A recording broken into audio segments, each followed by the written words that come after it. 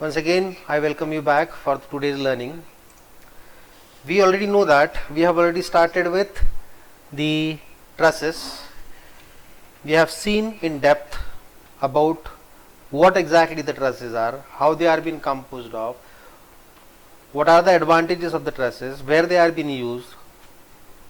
We have also seen the assumptions, and apart from that, we have also seen basic of the methods by means of which we can analyze the trusses or the frames. Now in that case, the method of analysis is basically classified into two, that is the method of section and method of joints. Initially we will be taking the method of joint, and after that we will be switching on to the method of sections. Last time I have given you an introduction how the procedure is to be followed for the method of joints. Today we are going to take the same procedure with one numerical. So here comes the first problem. We are having one truss which is supported at A and B. All the lengths are been given, the inclinations are also given, and there we have to analyze the external support reaction as well as the internal member reactions. Now in order to find out or to proceed with the analysis of this particular truss, first of all, whenever we come across a truss, the first job in 95% of the times in cases, we have to find out the support reaction. And what is that 5% where we don't have to find out the reaction, that I'll make you explain later on. So here in this problem, as we know, the first step is to check what type of a truss it is. So here, after knowing the value of M and J, put it in that governing equation. We got left hand side is equal to right hand side. So we came to understand this is a perfect truss. After that, the next thing which we have to find out is the geometrical parameters. What are the distances, what are the inclinations, is there any deficiency? So all that has to be checked. And here in this problem, we know that for considering the equilibrium, I should know this particular distance, because I have to take a moment of this 9 kilonewton. So here this distance is very important, but this being a equilateral triangle, so I can definitely say this is what is the distance AD equal to 3 meter. As far as this vertical distance is concerned, that can be found out from tan theta, cos theta and sin theta. So second step we are going to work out is to find out the geometrical parameters like angles and the length. These are the universal steps which are to be followed for any sort of a truss. Step number 1, to type the form of truss, and second is to find out the geometrical parameters like angles and the lengths. After that, we are going to consider the equilibrium of whole frame or whole truss and find out the number of reactions at A and B. These are the external support reaction due to the supports at A and B. So at A there are two reactions because A support is a hinge support, and at B there is only one reaction because that is a roller support. So here let us work out the reactions by considering the equilibrium. So HAVA and VB are the two external reaction on the trusses. Is it okay? So here apply the conditions one by one. You will be getting the values of the various support reactions. Here you can see VA plus VB minus 9 is equal to 0. Apply third condition, take a moment about point A. So 9 into perpendicular distance 3 minus VB into 6. So here VB into 6. This equation gives you a value of VB is equal to 4.5. Is it okay? After finding out a value of VB, put it in equation number 2 and find out the value of VA, that also came out to be equal to 4.5. Is that okay? So this is what is the external support reaction procedure. By considering the equilibrium of whole frame and applying the conditions one by one, you are able to find out all the three external support reactions which are unknown at this particular stage. Now, after going through the various conditions of equilibrium, we came to know the value of VA and VB, that is equal to 4.5. So, I will substitute those values what I have found out right now. So, here I have substituted the value of VA, VB and HA. Now, after finishing with this, there are still some unknowns which are remaining, and those unknowns are the forces in these members. Is it okay? Force in member AC, force in member AB and force in member BC. All these are to be also found out. So in this problem we can say there are three external reactions and there are three internal reactions or forces. Is it okay? So all these six are to be found out. Out of those six, 5 are been found out by the condition of equilibrium. Considering equilibrium of whole frame, I have found out these values. Now it comes to find out the forces in the various members, for which we are going to adopt the method of joint. Now in this method of joint, what we have to do is, we know there are three joints. So there are three joints. So three joints are to be taken into account. So we have to draw or encircle those three joints, joint A, joint B and joint C.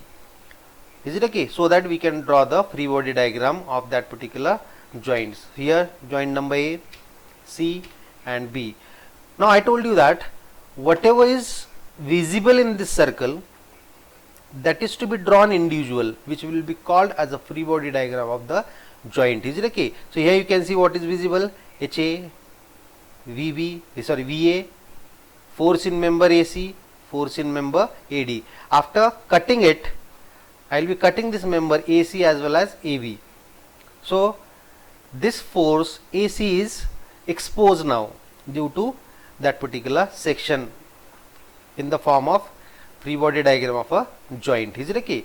Similarly here, what is available? 9 kilonewton, force in member AC, force in member CB. Similarly here, VB, force in member AB and force in member BC. Now whatever is visible in the circle, that is to be isolated from the surrounding, means we have to draw the free body diagram of the things. Is it okay? After having that, we have to assume the direction of all the internal forces. Initially I don't know what is the direction and magnitude of all these various forces which are being exposed now, because I have passed the section through this particular circle. Is it okay? So these exposed reactions, their magnitude I don't know, their direction also we don't know. So I assumed all away from the joint, means these are tensile forces. Is it okay? All these are the tensile forces. Now after having this particular thing, what we have to do is to count the number of unknowns in each and every joint. So here I know HA, I know VA, I don't know FAB, I don't know FAC. In this, so there are two unknowns at joint A. At joint C, I don't know FAC, I don't know FAB. Same is the case with this joint B. I don't know the value, magnitude and direction of FAB as well as FCB. So here I conclude every free body diagram has only maximum 2 number of unknowns. Is it okay? And second thing which I have to conclude is, if I draw the force diagram of this free body diagram, you can see the line of actions are all passing through point A. So this is forming a concurrent force system. So concurrent force system we have, and every concurrent force system only 2 unknowns are available. So by applying the conditions of equilibrium one by one with joint A first, then B and then C, I will be able to find out the two unknowns remaining in that particular free body diagram of that individual joint. Is it okay? So here select that joint where there are less number of unknowns. So you can select any one, but convenient is this one because 2 known things are there. Here this is also convenient because at least one thing is known to you. So we can proceed with joint A or joint B for the further analysis. Is it okay? Now what I am going to do is I am going to apply the conditions of equilibrium one by one. So here, as I know, FAC is an inclined force, inclined at an angle of 60. I know what is to be done with the inclined force. It is to be resolved into two mutually perpendicular components. So FAC cos of 60, FAC sin of 60 are the two components. After finishing with this, apply the conditions one by one. So sigma fx is equal to 0. So HA plus FAB plus FAC cos of 60 is equal to 0. This gives you first equation. In this, what do we know? I know the value of HA is equal to 0. I don't know FAB and FAC. There are two still unknown remaining. Apply the second condition. So here I am going to apply, or rather I have substituted the value of what I know in this particular thing. Is it okay? So HA is equal to 0. So I have equation number 1 FAB plus 0.5 FAC is equal to 0, which has been derived from the first condition of equilibrium. Next to that, we have sigma Fy is equal to 0. Do the algebraic summation of forces in y direction. So VA is vertical as well as FAC sin of 60 is also vertical. Both are acting in the positive x direction. So do the algebraic summation of these two equal to 0. So now here, as I know the value of VA, the only unknown remaining is FAC. That can be found out by substituting the known values and find out the value of FAC is equal to minus 5.196. Is it okay? So here I am getting the answer to be negative. Means what? Whatever direction I have assumed for FAC, it is incorrect. It is not tensile. It is not away from the joint, which is forming a tensile force. It is toward the joint. So this force is not away from the joint, it is toward the joint. And what is the tendency of this particular arrow? This arrow has the tendency to compress joint A. Is it okay? So that's why it is to be called as a compressive force. So it is not a tensile force, it is a compressive force. Now after getting this value of FAC, put it in equation number 1.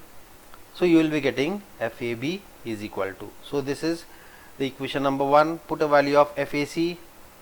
Therefore FAB is equal to 2.598. So I got a value of FAB and its value is coming out to be positive, means assumed direction is correct. Is it okay? So I have corrected this value of FAC. It is not tensile, it is compression. So the moment you come across that negative sign, change the sign of the force in your free body diagram.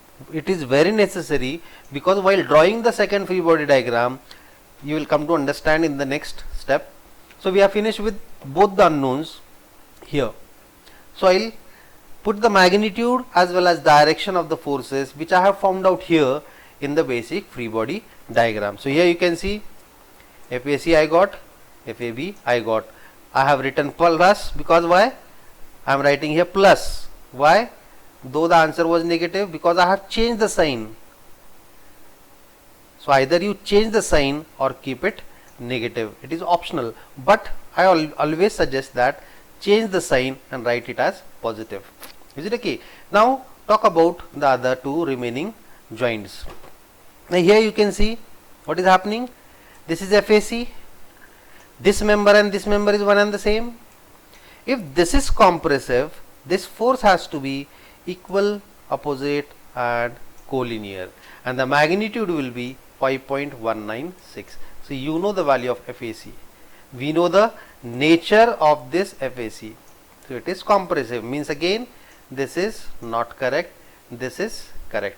So this is why I have to change the sign as soon as I get the value of negative into the basic free body diagram. So this gives you a convenience when we will be talking about the second joint. So here, without finding anything, I directly concluded if it is toward the joint, so this force has to be equal and opposite with this. So this has to be always towards the joint. Is it okay? If I know FAC, so I know this FAC. These are equal, opposite and collinear. Right? So we have found out this particular by the joint number A. Now take another joint where there are again two number of unknowns or minimum number of unknowns. So here only one unknown, here there are two unknowns. Start with this or this, you will be getting definitely the answer. Is it okay? So let us see what I have taken into account. I am going to start with joint B. So already I have found out this value, FAB is equal to plus 2.598. See here, this and this are equal, opposite and collinear. This is tensile, this is also tensile, magnitude same. So what is remaining now? Only one unknown. So apply the conditions of equilibrium one by one. Prior to that, being inclined force, it is to be resolved. Then apply sigma fx and sigma fy. So sigma fx is equal to minus FAB.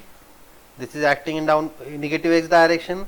This is also acting in negative x direction. So minus minus, put the value of FAB. So we got FCB is equal to 5.196. Means I have got this value FCB, which is not positive, it is negative. Means what? Assumed direction is wrong. It is not tension, it is compression. Can you see this? This arrow is going to compress joint B. It is toward joint B. So it is compressive force of magnitude 5.196 kilo Newton. Is it okay? Now after finding out the various unknowns in joint A and B, it will be immaterial to start with joint number C, because there will no any unknown remaining. Because from A I have found out FAC, from B I have found out FCB, so there is no any unknown remaining at this particular joint. Is it okay? After finishing with this, I will see what I did. So here I said FAC I have found out from here, FCB I have found out from here, so no any unknown is remaining in joint C. So this is how we have finished with the analysis of the first stress by the method of joint. Is that okay? So procedure is clear to you all the steps are given here. You have to simply follow all these various steps. You will get to know all the forces which are acting in the members, which are to be called as the internal unknowns. Is it okay? So this is the force which is got transferred from here. This got transferred here as well as here.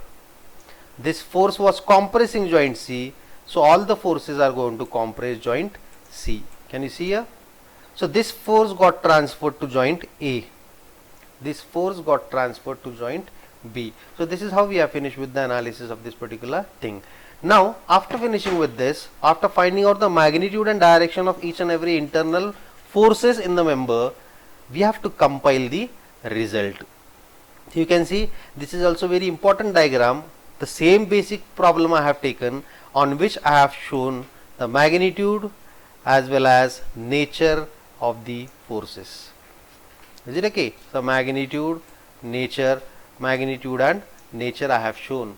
After finishing with this, this gives you a basic idea how to compile the result. Now go through this particular table or this particular figure and prepare a table in which we have first column for the members, second column for the P forces. So AB 2.598, AC 5.196 and BC is equal to 5.196, and the third column will be for the nature, tension, compression and compression. Once you compile all these data, means you have completed all the whole problem. Is it okay? So this is the procedure which we have to follow into the method of joint.